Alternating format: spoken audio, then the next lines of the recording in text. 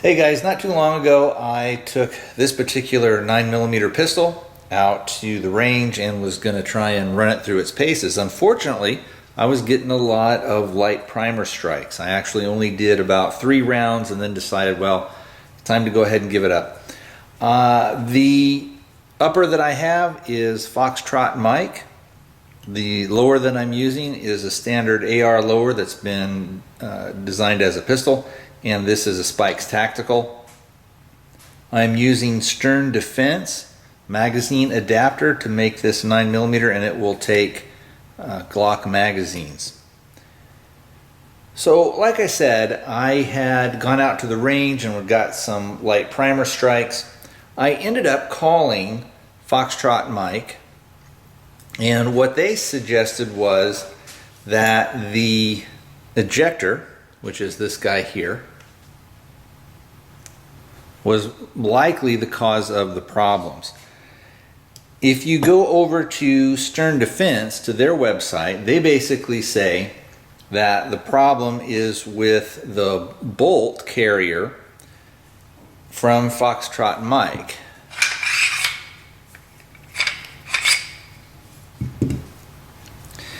And they say that this area here, this back area, is what needs to be radiused out. What they want you to do is go ahead and send in the bolt to them, and they will radius that area out and they'll send it back to you. When I spoke to Foxtrot Mike, what they said to do was to take the ejector out, which is held on with these 2 bolts here and here, and run this on a belt sander or something and just kind of sand this down, remove a little bit of material. And what that will allow is it will let the bolt and bolt carrier go fully into battery. What they're saying is that with this radius being just slightly out of specification, I guess we'd say, for lack of a better term, is that it's not allowing the bolt to go all the way forward into the upper, and when the hammer is striking, it's just not giving you the full strike on there. So the way that this thing works, for maybe some of you guys that don't know, is when this sits here, it basically sits like that, and you've got the cutout here, and as the bolt comes back, then your ejector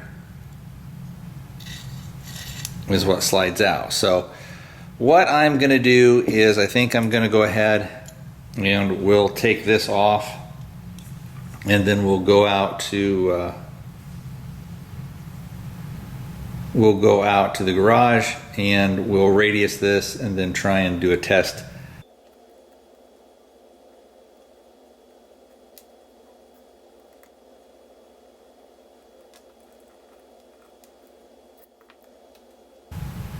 And your ejector comes right out.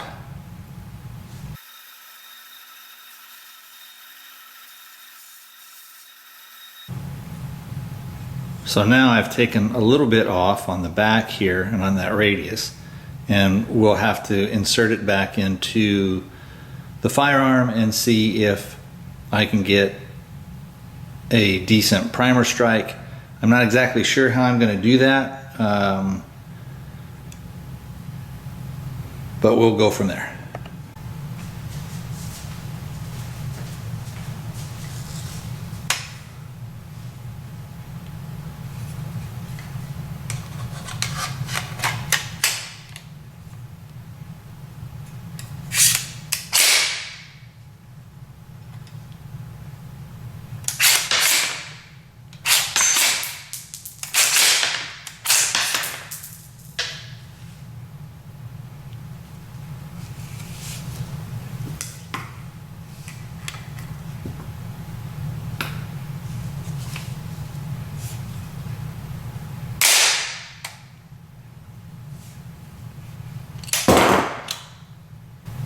So I know that the problem isn't in cycling or in loading. I know that it can feed them, I know that it can eject them, and I know that the mag will drop free.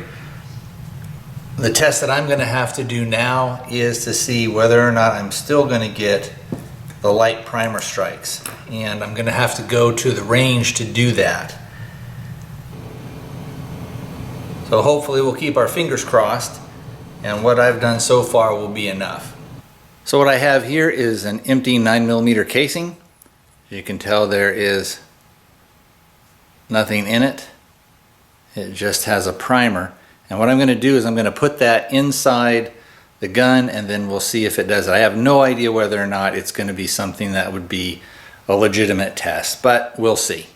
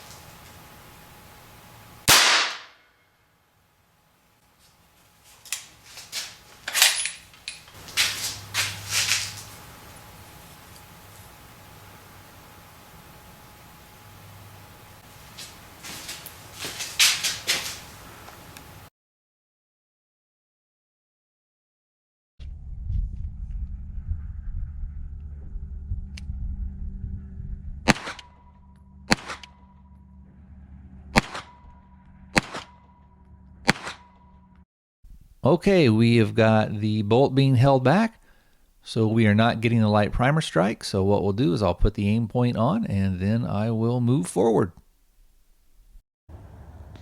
So with the 33 round sticks, I'm not having any problems with it feeding, with it ejecting, with it cycling. So I used this one here, and I also used that guy there. With this particular Glock 17 magazine, it was having problems. So I don't know, maybe there's just something about the geometry of this mag that it doesn't like. I'm using the same ammo, so we'll just kind of keep going. Maybe it was just something where this kind of needs to settle in a little bit. I don't know. We'll keep going forward though. But I've had no failures to feed or extract or eject or anything with the 33 rounders. So with either that one or that one.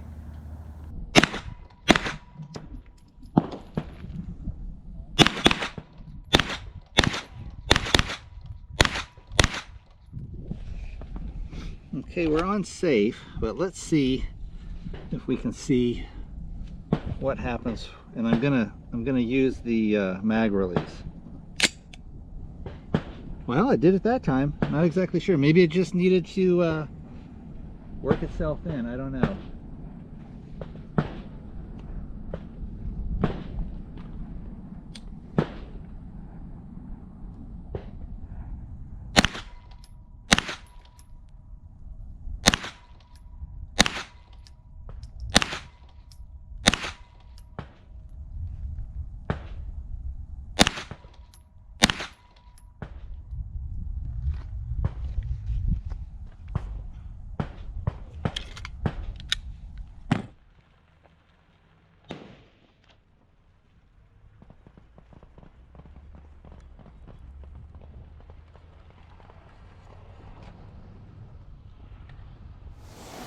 All right, guys, I am back from the range, and I think I have solved the problem. For me, I think it was the ejector, and it just needed to have some of that material removed. And we're kind of looking probably at a stacking of tolerances, and especially since I'm using components from realistically probably 4 different manufacturers. So if we think about it, I'm using a Foxtrot mic upper, I'm using a Stern Defense magwell adapter, I'm using a Spikes Tactical AR-15 pistol lower, and I'm also using Glock mags. And you can say, well, all those things were kind of designed to work with each other, and that's true. However, they're not all coming out of one shop where everything can kind of be fit and massaged, and they can figure out some of the problems when things don't necessarily work right. As far as some of the problems I was having with the magazines, what I thought was the magazines, and when the bolt release wasn't letting it go full into battery, I'm not sure. It seemed to resolve itself. It may be one of those things where the more you fire it and more kind of metal is going on metal, and things are kind of getting sort of lapped in and kind of custom fit, so to speak, that maybe some of that stuff just sort of resolved itself. I haven't had any other problems with it. It shot well, especially toward the end of the day.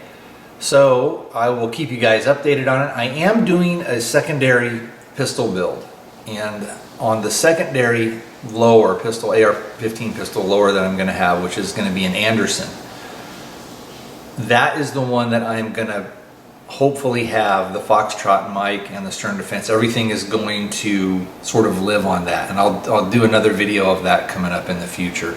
And I may put a more detailed a video of that where it actually shows kind of the build of it over on Gunstreamer. So anyway, this is kind of the conclusion on that. I will keep you guys updated if there are any other problems. And other than that, hope you enjoyed the video. I'll talk to you guys next time.